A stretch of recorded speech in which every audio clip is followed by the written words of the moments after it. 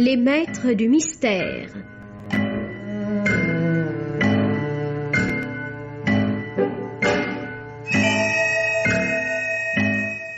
Parmi les chefs-d'œuvre de la littérature policière, Germaine Beaumont et Pierre Billard ont choisi pour vous ce soir Qu'est devenue Barbara, film radiophonique de Charles Maître d'après le roman de Miles Burton, avec Henri Crémieux, le docteur Prentice, Henri Wilbert, Rowley, Madeleine Barbulé, Mrs. Chester, Henri Guizol, Arnold, Pierre Delbon, Gibbons et Philippe Mareuil, Dawson.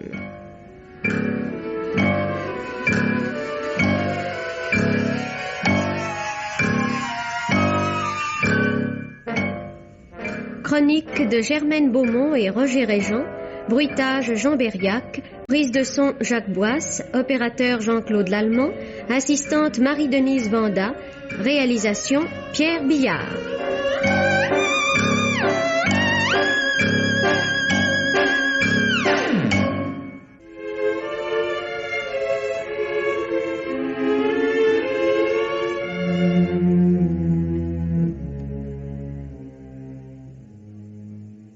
Qu'est-ce qu'il y a encore? Mrs. Chester? Le superintendant de la police, docteur, il désire vous parler. Il est malade?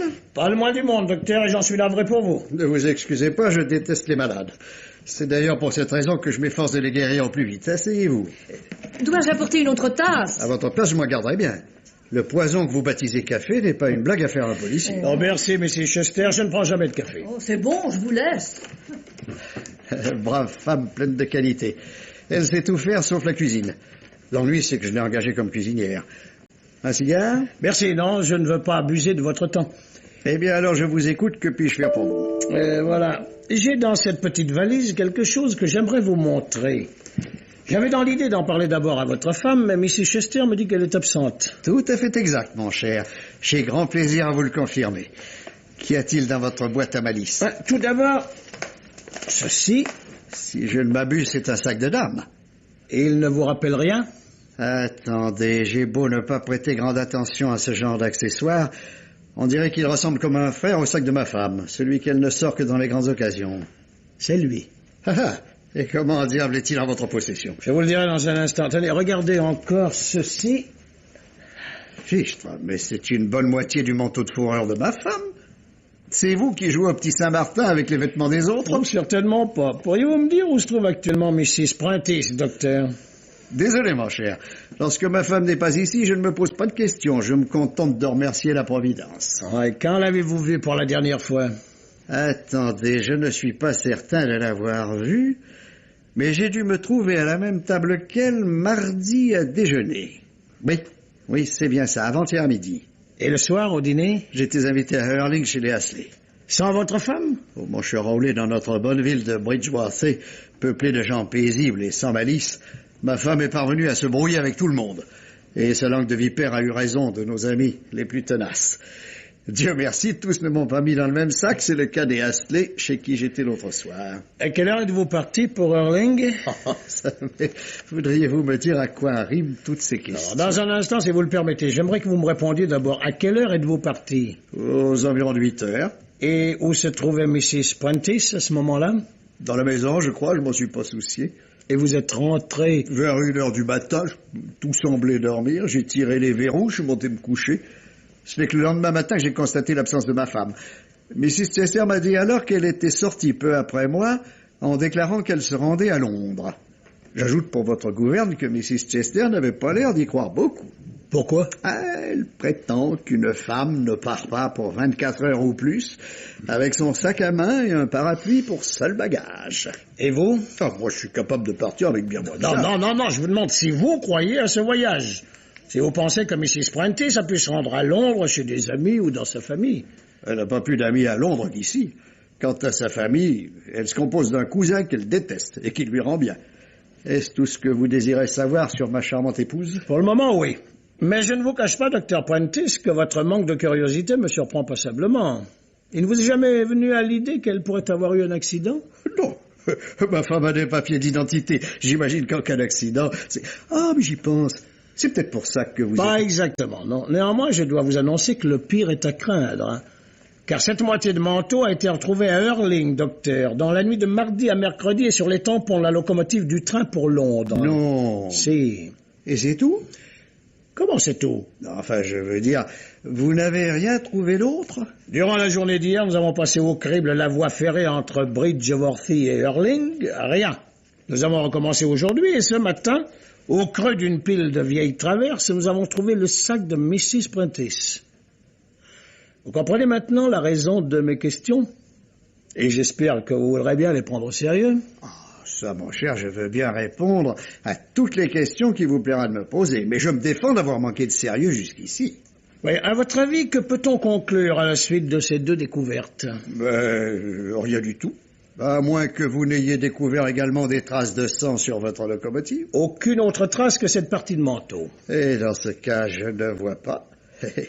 À moins que ma femme ne soit devenue subitement folle, ce qui n'aura rien de particulièrement étonnant. Je regrette d'avoir à vous le signaler, docteur, mais le devoir d'un mari est d'aider la police dans ses recherches. Mais je ne refuse pas de vous aider. Vous arrivez chez moi pour me demander où est ma femme. Bon, moi je vous réponds que je n'en sais rien, c'est la vérité. Enfin, Mais docteur... d'abord, qui vous dit qu'elle a envie d'être retrouvée, hein? Qui vous a demandé de faire des recherches? Découvrir un fragment de manteau sur les tampons d'une locomotive exige que la police ouvre une enquête, docteur. Eh bien, ouvrez, mon cher, ouvrez. La police, c'est vous, c'est pas moi. Alors vraiment, tout cela ne vous inquiète pas. Mon cher Raoul, ma femme passant sa vie à mentir, à intriguer, à fourrer son nez dans les histoires des autres, j'ai pris le seul parti possible. Je crois à tout ce qu'elle veut bien me dire. Mais je ne suis jamais aussi heureux que lorsqu'elle ne me dit rien. Et à part ça, si vous avez d'autres questions à me poser, je vous serai reconnaissant d'en revenir un peu plus tard. Moi, j'ai des malades qui m'attendent.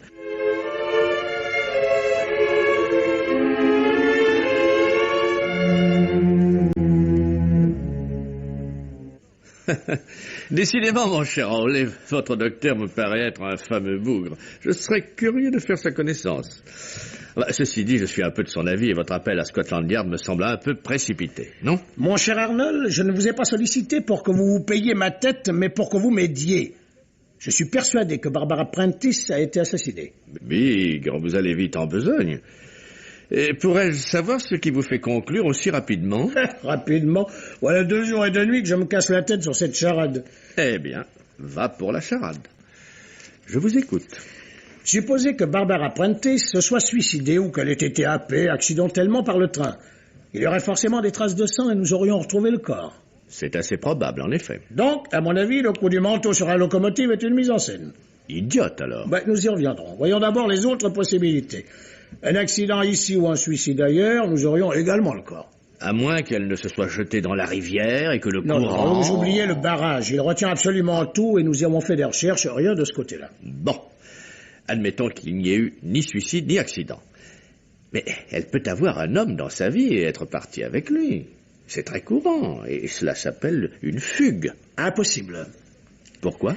Parce que le docteur en eût été fou de joie et qu'il lui eût volontiers permis de prendre tous ses bagages. Or, non seulement elle n'a rien emporté, mais elle devait avoir fort peu d'argent. J'ai pu savoir à sa banque qu'elle n'y avait retiré aucune somme importante depuis longtemps. Elle a une fortune personnelle? Assez considérable, oui. Et qui hériterait en cas de décès? Son cousin de Londres. C'est un arrangement de famille, elle ne peut en disposer autrement. C'est intéressant, ça. Une disparition n'arrangerait pas le cousin. Pour qu'il hérite, il nous faudrait le corps. Vous y tenez, à ce qu'il paraît. Mais pourquoi le cherchez-vous absolument ici? Après tout, elle est partie mardi soir en déclarant qu'elle se rendait à Londres. Pardon, elle a dit textuellement « Si mon mari me demande, vous lui direz que je suis à Londres ». Cela ne veut pas dire que son intention était de s'y rendre. D'autre part, et j'ai gardé ceci pour la bonne bouche, je détiens la preuve que le coup du manteau est une mise en scène et qu'elle n'a pu être montée que par le docteur lui-même. Quelle preuve? Le sac de sa femme n'a été retrouvé que jeudi matin. Il était suffisamment caché et nous pouvions admettre qu'il nous avait échappé durant nos recherches de mercredi seulement. Seulement? Il y avait à l'intérieur une enveloppe libellée au nom de Barbara Prentice. Et c'est uniquement elle qui nous a permis d'identifier la propriétaire du sac et du manteau. Car quoi qu'en dise le docteur, il n'y avait aucun papier d'identité. Et alors? L'enveloppe en question a été postée mardi soir entre 22h et 22h30. Elle n'a donc pu être distribuée chez le docteur que mercredi matin, c'est-à-dire bien après que nous ayons retrouvé la moitié du manteau. Conclusion? Le docteur tue sa femme mardi soir, peu après 20h. Il dissimule le corps dans sa voiture, puis avant de se rendre à Hurling chez les Astley, Il s'arrête auprès de la voie ferrée qui borde la route. Il tend une ficelle au-dessus des voies entre deux poteaux et y pose la moitié du manteau qu'il vient de déchirer. Au passage du train, la ficelle casse, mais la fourrure reste accrochée. Très ingénieux. Non, pas la peine de ricaner, j'ai retrouvé les 2 bouts de ficelle après leurs poteaux respectifs. Mais à ça, mon cher, je voudrais bien savoir lequel des deux se paie la tête de l'autre. Car si Prentice a trucidé sa femme et que vous en avez toutes les preuves en main, je me demande ce que je fais ici. Bon, laissez-moi finir. Mercredi soir, voyant que le manteau n'a pas été identifié, Prentice va déposer le sac au bord de la voie. Mais celui-ci ne contenant pas de papier d'identité, il prend parmi le courrier de la journée une lettre destinée à sa femme et fourre l'enveloppe dans le sac, en oubliant tout simplement, et c'est ce qui le perdra, le cachet de la poste. Ça ne vous paraît pas énorme comme distraction? Non, c'est presque classique. On suit un plan très minutieux et on oublie un détail imprévu. Et si tout s'était passé comme vous le dites, mais que quelqu'un d'autre ait glissé l'enveloppe dans le sac? Après tout... Alors impossible. J'ai interrogé le facteur. Il a remis les 2 courriers de mercredi au docteur lui-même, celui-ci s'étant trouvé comme par hasard sur son chemin. Vous en avez parlé au Toubib? Incidemment, au moment de le quitter, il a déposé le courrier de sa femme dans la salle à manger. Je vous certifie que personne n'a pu y toucher. Pas même la bonne et la cuisinière? Je, bien sûr, mais les pauvres femmes sont au-dessus de tout soupçon. Encore une fois, je veux bien le croire. Mais alors, sacrebleu, dites-moi donc ce que moi...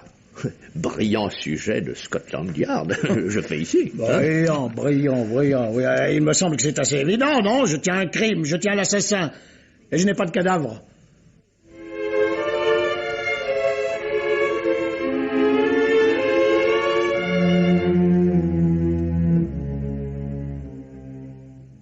Je regrette, messieurs.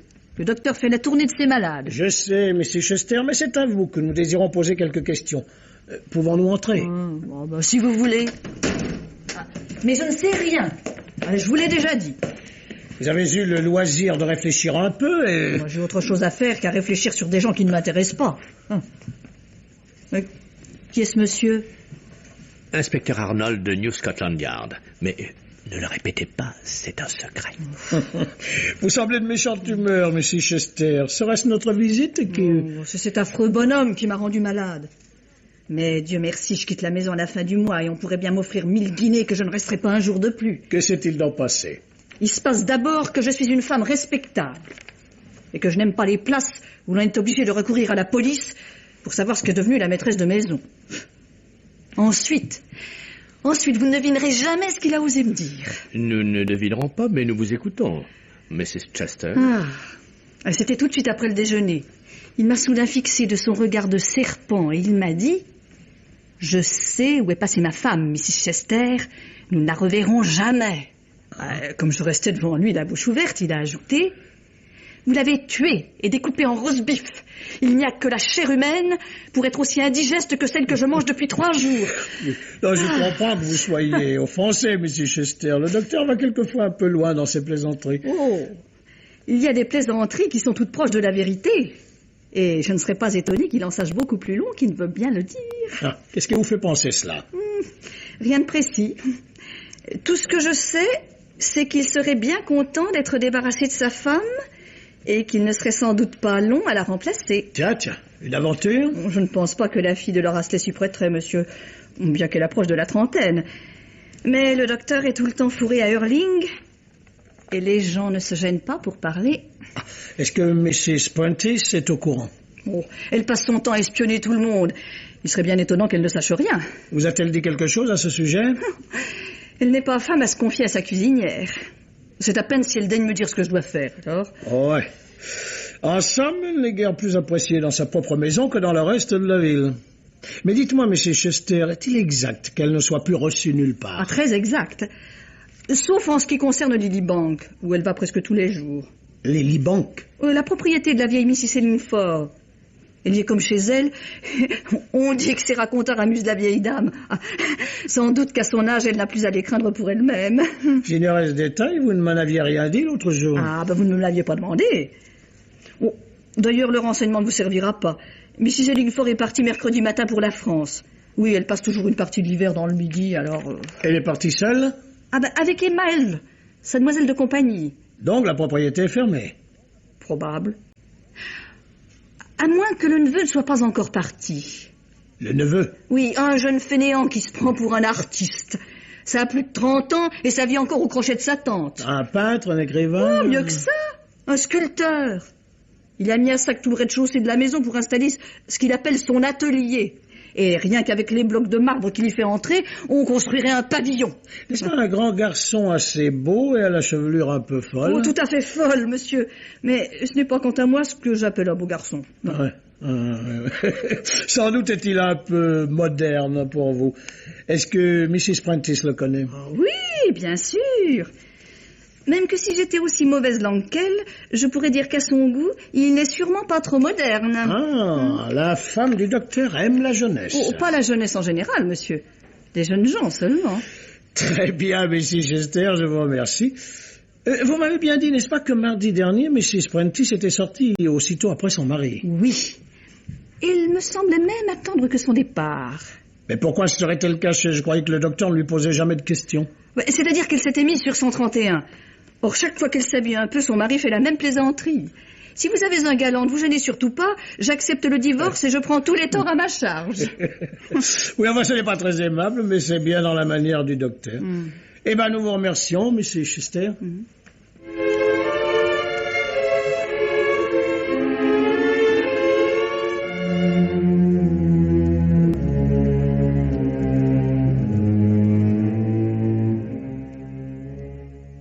Lilybank. Le nom est bizarre, mais la maison est vraiment très belle. Vous pensez sérieusement que Mrs. Prentice pourrait s'y être cachée? À vrai dire, je ne vois pas très bien pourquoi elle l'aurait fait. J'espère surtout obtenir quelques renseignements du neveu de Mrs. Ellingford. S'il est encore là. Nous allons le savoir. Vous pensez toujours que votre Barbara a été assassinée? Ah, je ne sais pas pourquoi, mais j'en suis de plus en plus convaincu. Et essayant décidé de jouer un tour à son docteur de mari, elle était tout simplement partie en France avec sa vieille amie. Mrs. Ellingford est l'une des femmes les plus respectables de Bridgeworthy. Je doute qu'elle se soit prêtée à une plaisanterie de ce genre. En tout cas, le neveu ne semble pas être dans les lieux. À moins qu'il ne s'y trouve en train de filer le parfait amour avec Barbara. N'oubliez pas qu'elle s'était mise sur son 31. J'ai pensé, mais c'est peu probable. Ce garçon ne dispose de la maison que depuis mercredi. Ah, je crois qu'on vient. Bon, il aura mis du temps à se décider. Messieurs? Mr. Noel Gibbons? C'est moi, oui. Vous êtes, n'est-ce pas, Mr. Rowley, le superintendant de la police? Vous avez salué ma tante l'autre jour alors que nous sortions de la banque. Votre mémoire est parfaite, Mr. Gibbons. Voici l'inspecteur Arnold, de Scotland Yard. Monsieur... Nous sommes en regret de vous déranger, mais nous aurions besoin, si possible, de quelques renseignements. Entrez, messieurs, je vous en prie. Je vous préviens seulement que vous allez pénétrer sur un véritable chantier de démolition. Passez, je vous en prie. C'est meilleur. Je regagne mon atelier de Londres et je suis en train d'emballer outils et matériel. Ainsi que vous pouvez le constater, ce n'est pas une petite affaire. Je n'ose même pas vous faire asseoir, la poussière est partout. Aucune importance, nous n'en avons que pour un instant. Mais je crois que vos œuvres intéressent mon ami Arnold. Il n'y a pas grand-chose à voir, presque tout est déjà emballé. Et vous n'aviez pas tort de parler d'un chantier, jeune homme. Je n'aurais jamais cru que la sculpture nécessitât un pareil outillage. On ne taille pas dans le marbre avec un canif, monsieur l'inspecteur. Ce n'est pas très commode que d'emballer tout cela. Je vous avoue d'ailleurs que si ce n'était pour ma tante, je renoncerais avec plaisir à ces transbordements. Vous vous installez ici durant chaque été? Non, c'est la 2e année seulement. Auparavant, je ne faisais qu'un court séjour. Je me contentais de dessiner un peu. Maintenant, ma tante se sent vieillir. Elle est heureuse de me voir passer l'été dans sa maison. Vous êtes son seul parent, n'est-ce pas? Oui. Je crois pouvoir dire qu'elle m'aime beaucoup. Malheureusement, elle aime moins ma sculpture. Oui, c'est un art bien difficile et bien ingrat.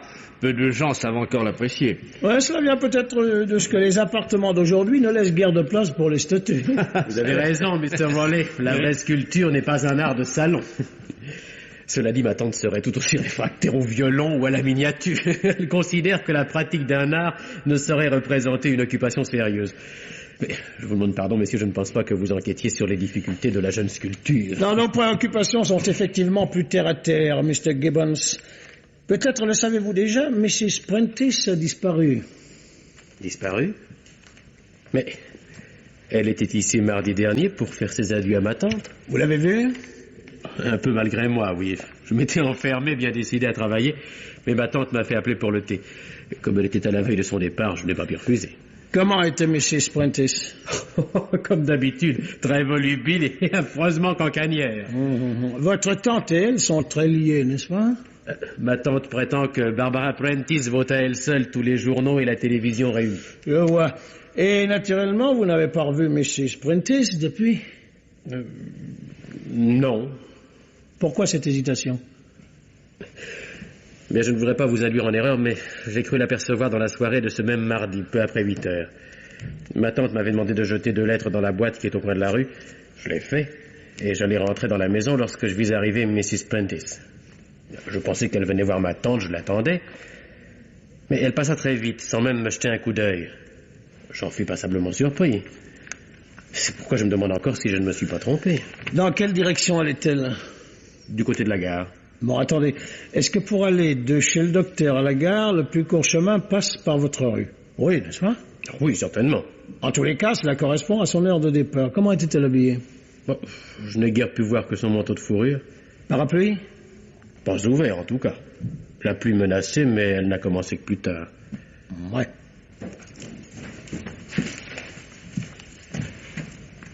Dites-moi, Mr. Gibbons, vous allez me trouver un peu fou, mais il me vient une idée bizarre. Cette maison est très grande et Mrs. Prentice en est une familière. Pensez-vous qu'elle aurait pu, si elle avait voulu, y pénétrer à votre insu et s'y cacher? Je vais répondre à votre question, mais sans passer par les mêmes détours. Mrs. Prentice n'est pas ma maîtresse. Et elle n'est pas cachée dans cette maison. Oh, Mr. Gibbons, je ne voulais pas dire... Ne vous excusez pas, la chose eût été possible. Seulement maintenant, c'est moi qui insiste pour que vous visitiez la maison.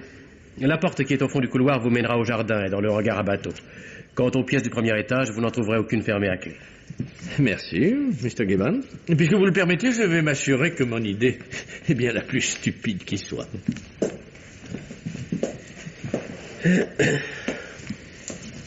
Me permettez-vous une question, Mr. Rowley? Je vous en prie. Pourquoi un inspecteur de Scotland Yard? Est-ce tellement grave? Mais jusqu'à preuve du contraire, une disparition est toujours une chose grave, Mr. Gibbons. Et dans une petite ville comme la nôtre, la police est tenue de faire appel au Yard dès qu'un mystère menace de se prolonger. Ah oui, je vois. Connaissez-vous le docteur Prentice, Mr. Gibbons? De réputation, surtout. J'ai dû le voir 2 ou 3 fois. Qu'en pensez-vous? Un ours mal léché. Plutôt sympathique. D'après ce que j'en sais, un excellent médecin. Il soigne votre tante, je crois. Si l'on peut dire. La dernière fois qu'elle a voulu le faire appeler, il a répondu qu'il n'avait pas de temps à perdre avec des malades imaginaires. Et le fait est d'ailleurs qu'elle se porte comme un charme. Elle le sait et ne changerait de médecin pour rien au monde. Ouais. Autre chose pendant que j'y pense. Le jour où je vous ai aperçu avec elle sortant de la banque, c'était bien le matin même de son départ. Exactement, oui. Je l'ai accompagnée à Folkestone 1 heure plus tard. Bien. Je suppose qu'à la banque, Mrs. Lingford avait à régler certains détails concernant l'argent dont elle aura besoin en France. Oui. Et puis elle a déposé aussi dans la chambre forte sa caisse d'argenterie. Oui. Lorsqu'elle quitte sa maison, ma tante y laisserait plus volontiers ses bijoux que son argenterie. Bon, serait-il indiscret de vous demander si vous connaissez par hasard le montant des sommes qu'elle doit recevoir? Oh, il n'y a pas de somme fixe. Ma tante possède une fortune assez considérable. Elle a simplement demandé qu'un compte lui soit ouvert en France. Ah, bien. Non, je pensais que l'octroi des devises était limité. Puisque ce n'est pas le cas, il va falloir que je télégraphie à votre tante. Je vous demande pardon, mais je ne vous suis pas très bien. Oh, je veux certainement perdre mon temps et l'argent du télégramme, mais je ne dois négliger aucune possibilité. Or, si votre tante dispose de ressources importantes, elle a fort bien pu inviter Mrs. Prentice à la rejoindre en France. Et dans ce cas, je crois la femme du docteur très capable d'être partie sans prévenir personne. Mrs. Prentice peut-être, mais certainement pas ma tante, Mr. Rowley. Je vais cependant vous noter son adresse. Me revoici. Je n'ai pas trouvé Barbara, mais je ne regrette pas ma petite visite. Il y a ici des meubles qui sont de pure merveille. Voici l'adresse de ma tante, Mr. Rowley. Merci. Quant à vous, monsieur l'inspecteur, je gagerais volontiers que votre curiosité n'est pas entièrement satisfaite. Voilà bien 3 fois que je surprends votre regard posé sur les grandes caisses qui sont là. Vous plaisantez, jeune homme. Pas le moins du monde. Un homme de votre corpulence y tiendrait facilement. Je suis bien certain que vous l'avez remarqué. Vous pouvez soulever les couverts qui ne sont pas encore cloués. Eh bien, je vais vous prendre au mot. Je n'espère pas davantage y trouver Barbara, mais je suis curieux de voir vos œuvres. Et moi de recueillir votre avis. Le jugement d'un policier est toujours une chose importante.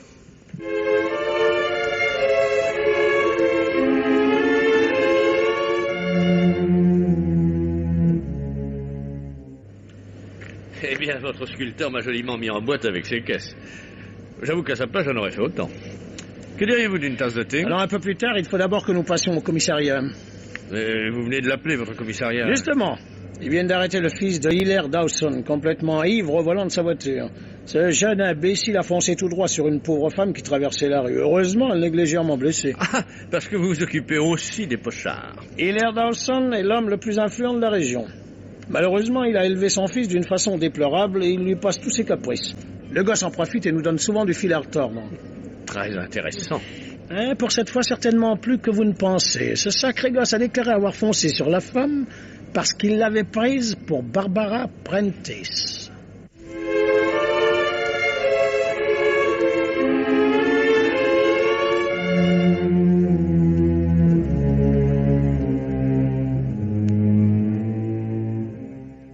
D'abord, je ne suis pas ivre. Je n'ai bu que quelques cocktails et 3 ou 4 whisky. Mais ensuite, je ne voulais pas la tuer. Je voulais lui faire peur.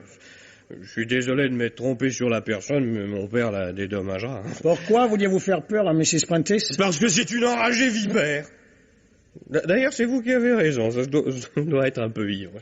Si j'avais été de sang-froid, j'aurais pas songé à l'effrayer, je l'aurais franchement écrasé. Est-ce que vous vous rendez compte de ce que vous dites, Mr. Dawson? Tout à fait bien, monsieur le policier, et je suis prêt à signer tout ce que vous voudrez. L'ennui, c'est que ça ne servira à rien puisqu'elle n'est pas morte, et que de toute façon, c'était pas elle. Mais pourquoi détestez-vous tellement Barbara Prentice? Avez-vous été victime de ces bavardages? J'ai surtout refusé d'être la victime de ses charmes. Elle s'est alors acharnée contre moi, et elle n'a eu cesse qu'elle ne soit parvenue à rompre mes fiançailles. Ouais. Bon. Puis-je vous demander où vous vous trouviez mardi dernier, Mr. Dawson? Disons entre 20h et minuit. Pourquoi me demandez-vous ça? Une simple histoire de voiture accrochée. Mais une plainte a été déposée et l'auto-tamponneuse est de même marque que la vôtre. Et où ça s'est-il passé? Entre Bridgeworthy et Hurling, sur la route qui longe la voie ferrée. Autant dire la route de Londres. je la prends un soir sur deux. Était-ce le cas mardi dernier? Je me rappelle pas. Seulement si j'avais accroché une autre voiture, j'imagine que la mienne en aurait conservé quelques traces. Vous n'avez qu'à regarder, elle est devant la porte. Maintenant, laissez-moi dormir. Oh, c'est bon, nous reparlerons de cela plus tard, hein?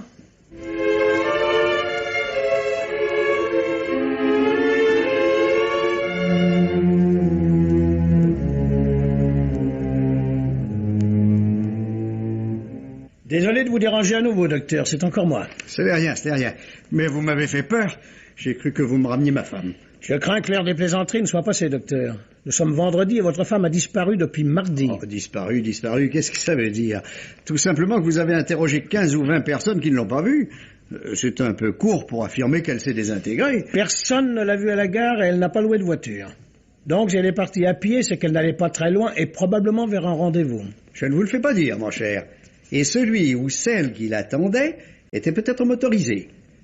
À mon avis, et puisque vous avez la rage de la retrouver, vous avez tort de chercher à Bridgeworthy. Vous m'avez déclaré hier que vous aviez passé la soirée de mardi chez les Astley. Seulement, vous avez omis de préciser que votre visite avait été entrecoupée.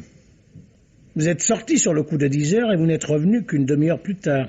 Vous êtes allé importuner leur Astley? Je passe ma vie à importuner les gens, docteur, c'est mon métier. Oui, alors soyez gentil, laissez-moi faire le mien. Vous reviendrez pour m'arrêter lorsque vous aurez suffisamment de preuves. Franchement, votre attitude devient choquante, docteur. Je ne comprends pas que l'on puisse... Mais moi, je ne comprends pas que vous n'ayez pas encore compris. On vous a pas dit ce qu'était ma femme, non?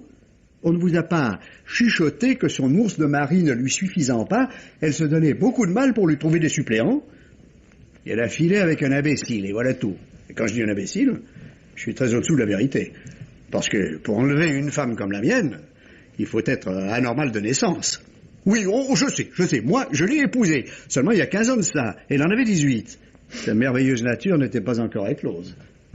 Ouais, je vous demande pardon, je ne jugeais pas votre attitude sous cet angle. Une dernière question et je vous laisse. Pensez-vous que pour une raison qui nous échapperait, votre femme puisse se cacher ici, dans cette maison? Écoutez, ma femme a bien des défauts, mais c'est pas une demeurée.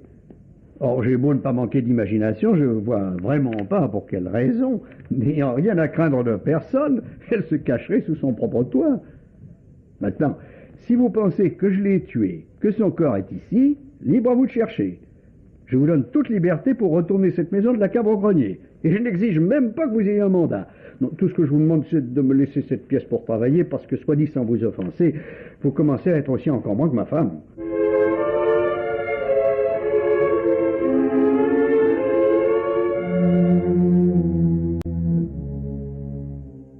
Alors, Rowling, comment s'est passée cette perquisition officieuse?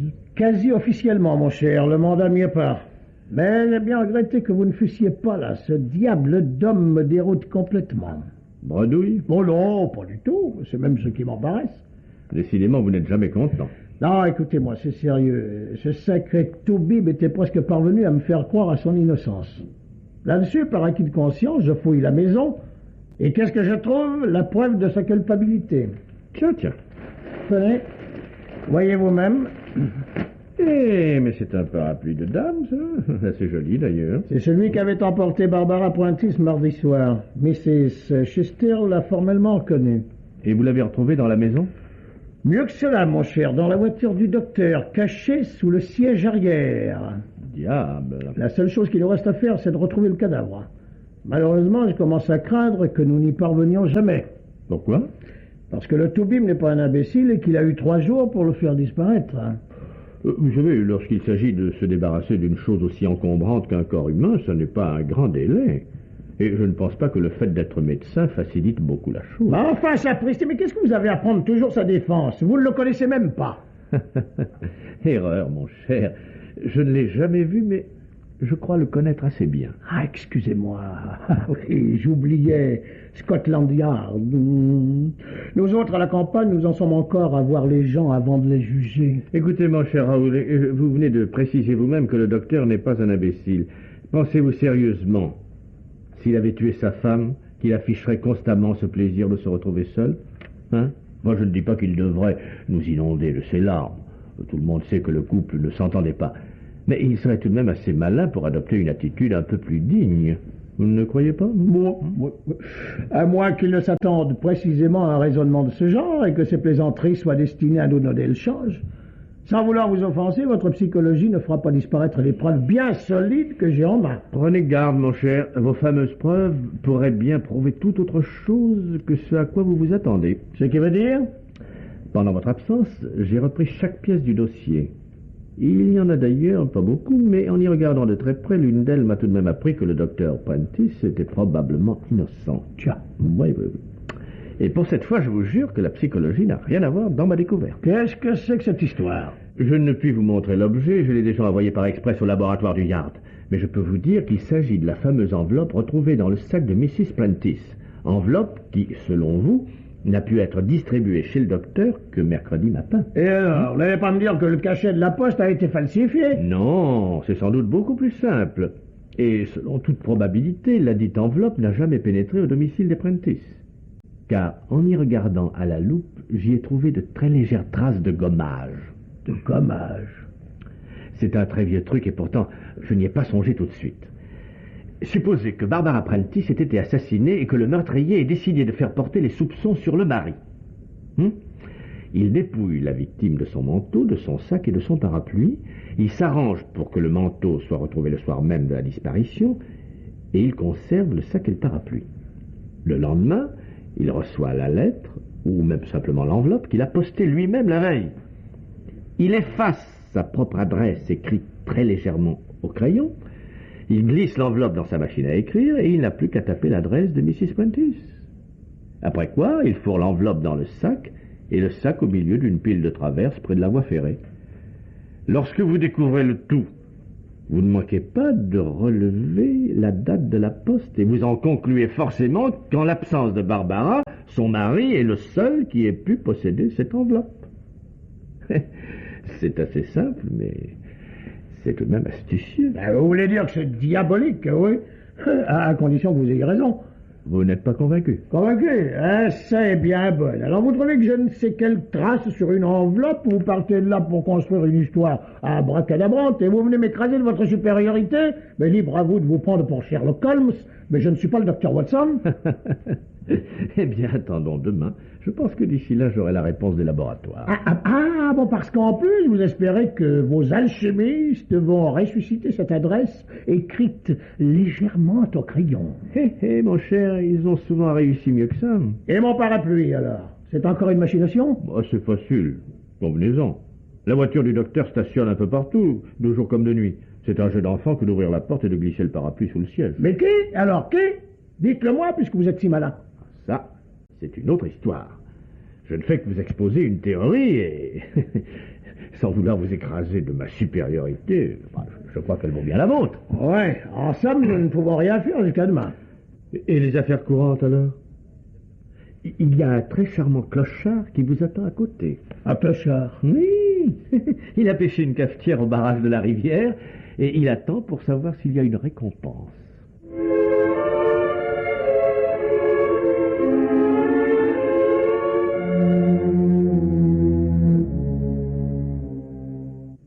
Scotland Yard maintenant. Et un samedi.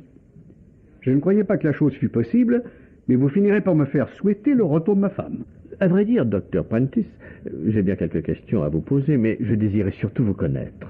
Je suppose que cela est assez naturel. Lorsque l'on soupçonne un homme d'être un assassin, il faut au moins savoir la tête qu'il a. Ai-je parlé de soupçon? L'attitude de votre ami Rowley me semble parler pour la police tout entière. Eh bien, détrompez-vous. Depuis hier soir, ce brave Rowley s'est lancé sur une autre piste. Oui, il a découvert que le cousin de votre femme était dans les parages mardi dernier. Sawyer? Oui. C'est complètement idiot. N'est-ce pas lui qui doit hériter de votre femme? Raison de plus pour ne pas courir un pareil risque. Il sait très bien qu'il serait le premier soupçonné. D'ailleurs, il n'est pas dans le besoin, il peut attendre. Il y a aussi le jeune Dawson, dont la haine envers votre femme est franchement mortelle. Il refuse absolument de nous fournir son emploi du temps pour la soirée de mardi.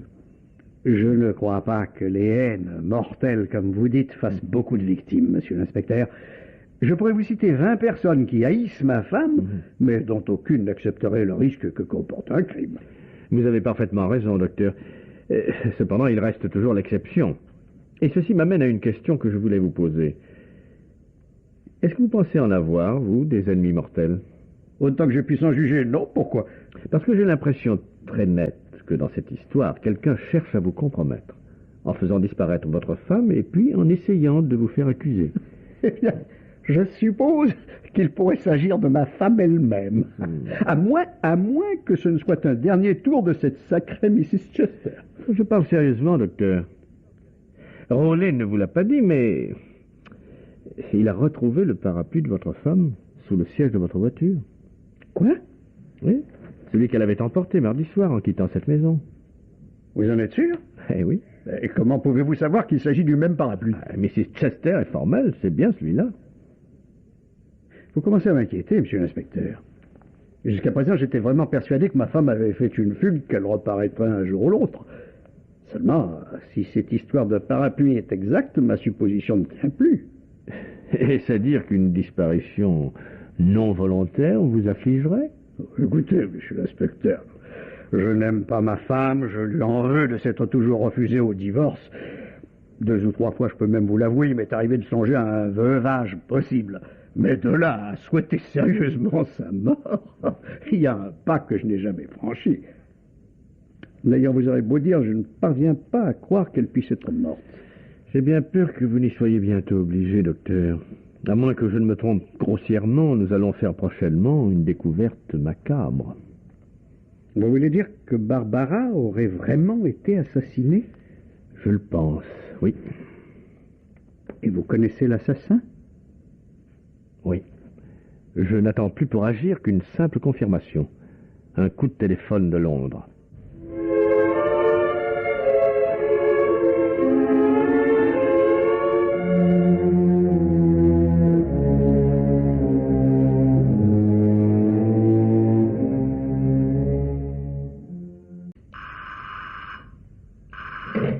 Hello. Oui, un instant, je vous le passe. C'est pour vous, au fameux laboratoire. Ah, merci. Alors, ici, inspecteur Arnold. C'est vous, Marianne? Bravo. Mais félicitations, c'est du beau travail. Oui, allez-y, je vous écoute. Oui. Ah oui, c'est bien ça. Oui, et bien entendu. Et encore merci, vous êtes Jonas. Et voilà. L'adresse initiale qui figurait au crayon sur cette enveloppe était la suivante. Miss Emma Hurdle, Lilybank, Bridgeworthy. La demoiselle de compagnie de Mrs. Ellingford. Elle-même. Mais comme je ne tiens pas à vous livrer un criminel sans cadavre, nous irons d'abord chercher le corps de cette pauvre Mrs. Prentice. Ah oui, parce que naturellement, vous savez où il est. Ah oui. Bon, je crains que ce ne soit pas une petite affaire que d'aller le chercher. Pourquoi? Parce que les banques sont fermées le samedi. Hein? Oui, le corps de Barbara Prentice se trouve à la banque, enfermé dans la chambre forte et dans une caisse qui est censée contenir de l'argenterie. Vous êtes faux. Si vous ne vous étiez pas moqué lorsque je vous ai parlé de cette cafetière retrouvée par le clochard, vous l'auriez su en même temps que moi. Après l'avoir nettoyée, j'ai constaté qu'elle était en très bel argent et gravée aux armes de Mrs. Ellingford. Et cela vous suffit pour décréter que... Laissez-moi finir, voulez-vous. Ce matin, de très bonne heure, je me suis introduit dans le jardin de Lilybank et de là, dans le hangar à bateau que j'avais déjà visité, mais sans me mouiller les mains. Et cette fois, sous le bateau lui-même, j'ai découvert une corde. J'ai tiré dessus et j'ai ramené à moi 2 sacs assez volumineux. L'argenterie. Au grand complet. Et si l'un des sacs n'avait pas été pourri au point de laisser échapper une cafetière, nous n'aurions peut-être jamais su le mot de la fin de cette histoire. Ouais. Vous voulez mon avis? C'est impossible. Emma Hurdle est une vieille demoiselle charmante et je ne vois pas comment elle aurait pu... Moi non plus. Mais je ne vous ai jamais dit que c'était elle. Comment vous ne me l'avez jamais dit? Bon alors, ils sont d'adresse sur l'enveloppe. Simple précaution supplémentaire. Sachant qu'il serait seul pour recueillir le courrier du mercredi, Mr. Noel Gibbons pouvait se permettre cette fantaisie. Le sculpteur? Oui, mon cher. Et je me propose, après notre visite à la banque, de filer jusqu'à Londres pour admirer sa dernière œuvre. Dommage, d'ailleurs, je crois qu'il avait du talent.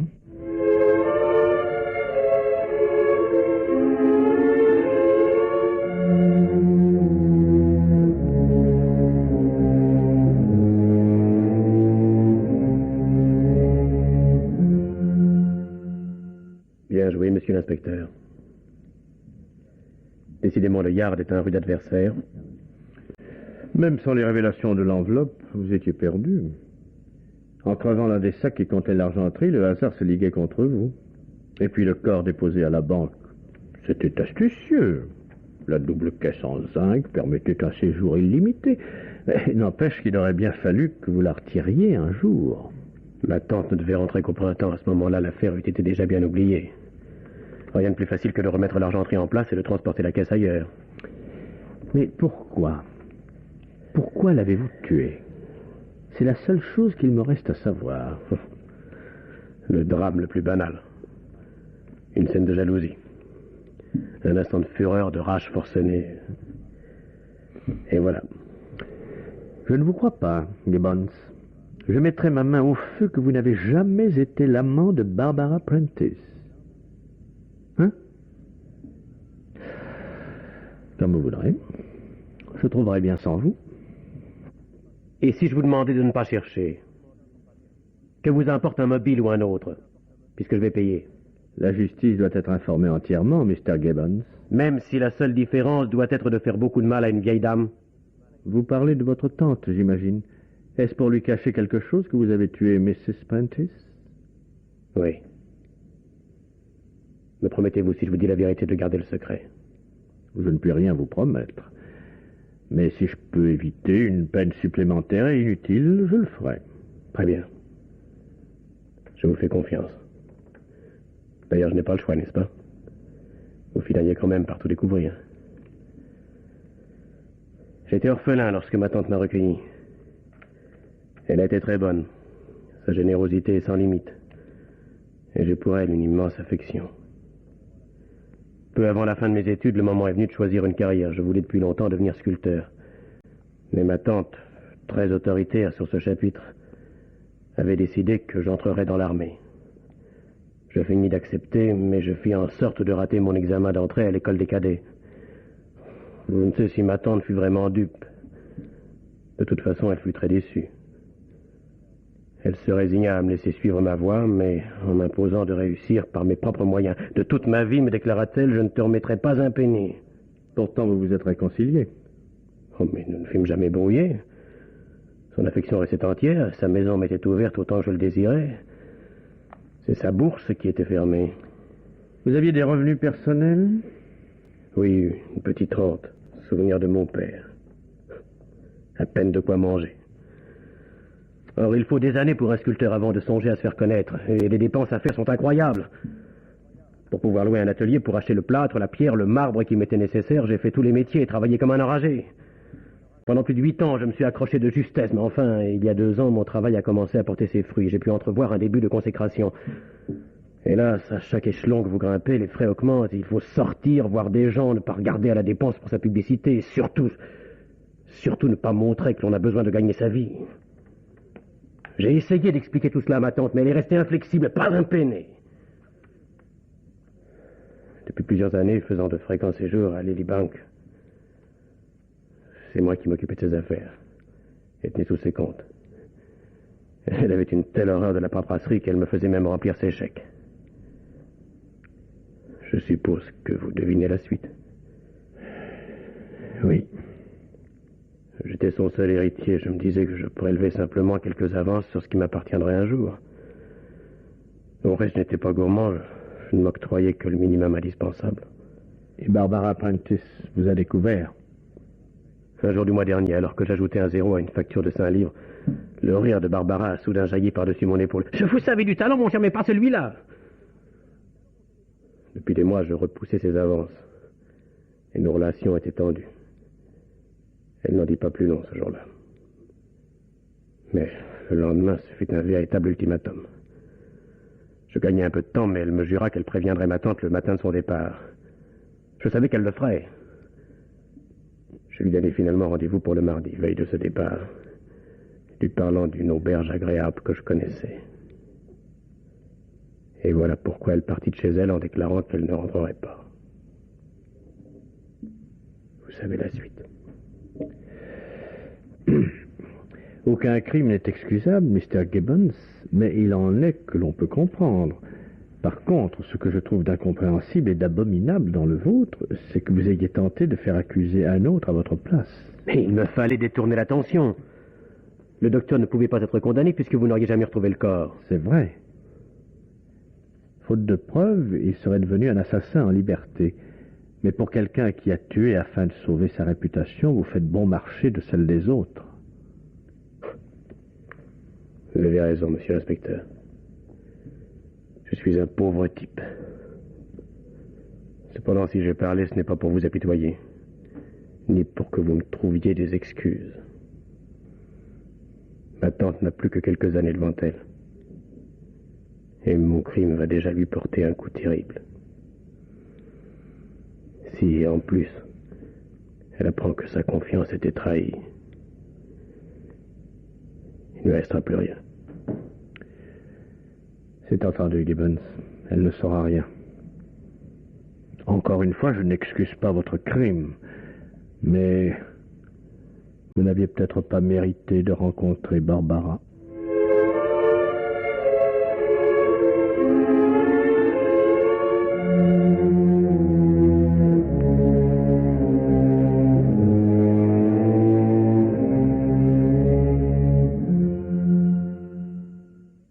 Et maintenant, Germaine Beaumont vous parle du dernier livre qu'elle a lu pour vous.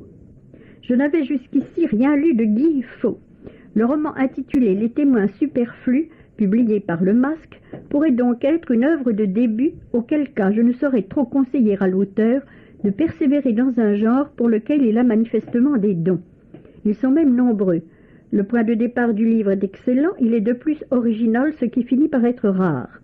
Enfin, il témoigne de beaucoup de minutie et d'habileté dans son développement. Ceci doit renseigner sur le genre du roman. C'est un roman où l'analyse et la perspicacité jouent un rôle plus grand que les mitraillettes. L'histoire se déroule en province, dans l'aimable ville de Montélimar. Nous y voyons au premier chapitre 4 personnes fort différentes les unes des autres, ne se connaissant pas entre elles, et convoquées dans l'étude d'un notaire de la ville, maître de bar, pour y apprendre une intéressante nouvelle les concernant. C'est ainsi que Suzy Ollier, vendeuse dans une confiserie, Serge Audigier, artisan mécanicien, la gentille Denise Rouvière et Louis Arnaud, cultivateur, se retrouvent sur la même banquette dans la salle d'attente de l'étude. Au bout d'un certain temps, maître de bar reçoit la première arrivée, Suzy Ollier, et bientôt reparaît avec elle, déclarant qu'il ignore tout de la convocation, qui ne peut être que l'œuvre d'un mauvais plaisant.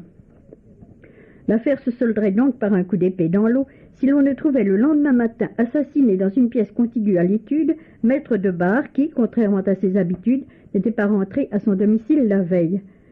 L'enquête sur cette mort va se révéler très délicate en ce sens qu'elle expose au grand jour des choses qui eussent gagné à rester dans l'ombre, à commencer par une fraude fiscale majestueuse qui a rempli le coffre de l'étude de millions qui se sont volatilisés. D'autre part, la police découvre que la jolie Madame de Bar s'est fâcheusement aventurée dans une liaison clandestine avec un dentiste aussi volage que séduisant. Autant de découvertes, autant de suspects nouveaux, autant de pistes s'égarant les unes après les autres. Bien entendu, le drame se dénoue de façon dramatique, non sans que l'assassinat du notaire ait entraîné d'autres attentats et d'autres suspens. Les témoins superflus par Guy Faux est un roman policier publié dans la collection Le Masque. Roger Régent vous parle du dernier film qu'il a vu. Froid dans le dos est un titre qui conviendrait en réalité beaucoup mieux à une œuvre d'Alfred Hitchcock qu'à ce film de Charles Crichton que l'on vient de nous montrer. Ce n'est point qu'il n'y ait pas de suspense dans ce drame dont des forçats évadés sont les héros. Au contraire, on est souvent pris d'angoisse devant ces images souvent hallucinantes, mais cela ne ressemble en rien aux sensations hitchcockiennes. Froid dans le dos est plutôt un roman d'aventure, aventure policière sans doute, mais presque accessoirement. En réalité, le principal ressort de l'action, on pourrait presque dire le principal personnage, c'est une inondation gigantesque qui ravage toute une contrée américaine.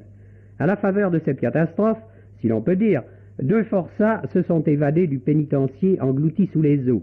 L'un des gardiens de leur prison se trouve avec eux et est associé à leur destin.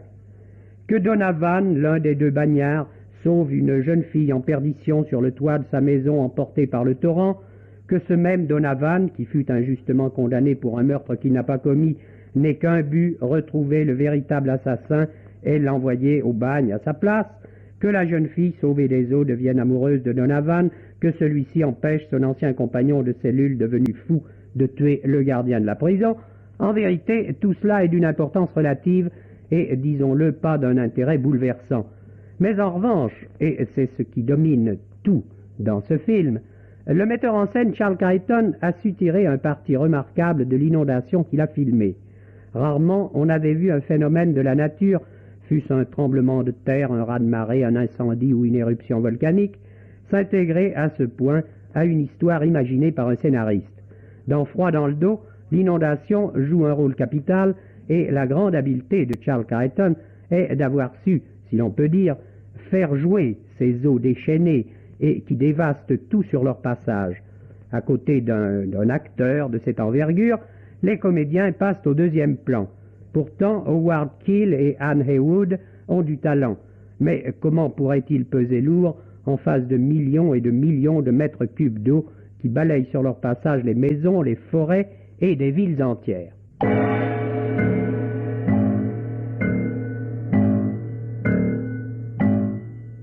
Les maîtres du mystère.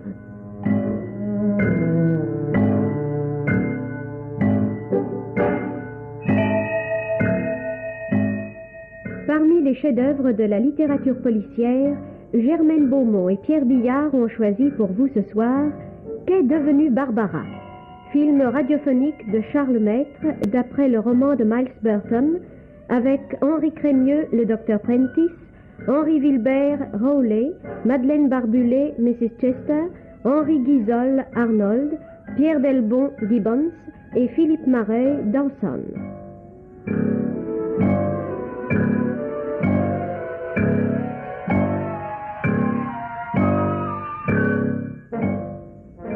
chronique de Germaine Beaumont et Roger Régent, bruitage Jean Berriac, prise de son Jacques Boisse, opérateur Jean-Claude Lallemand, assistante Marie-Denise Vanda, réalisation Pierre Billard.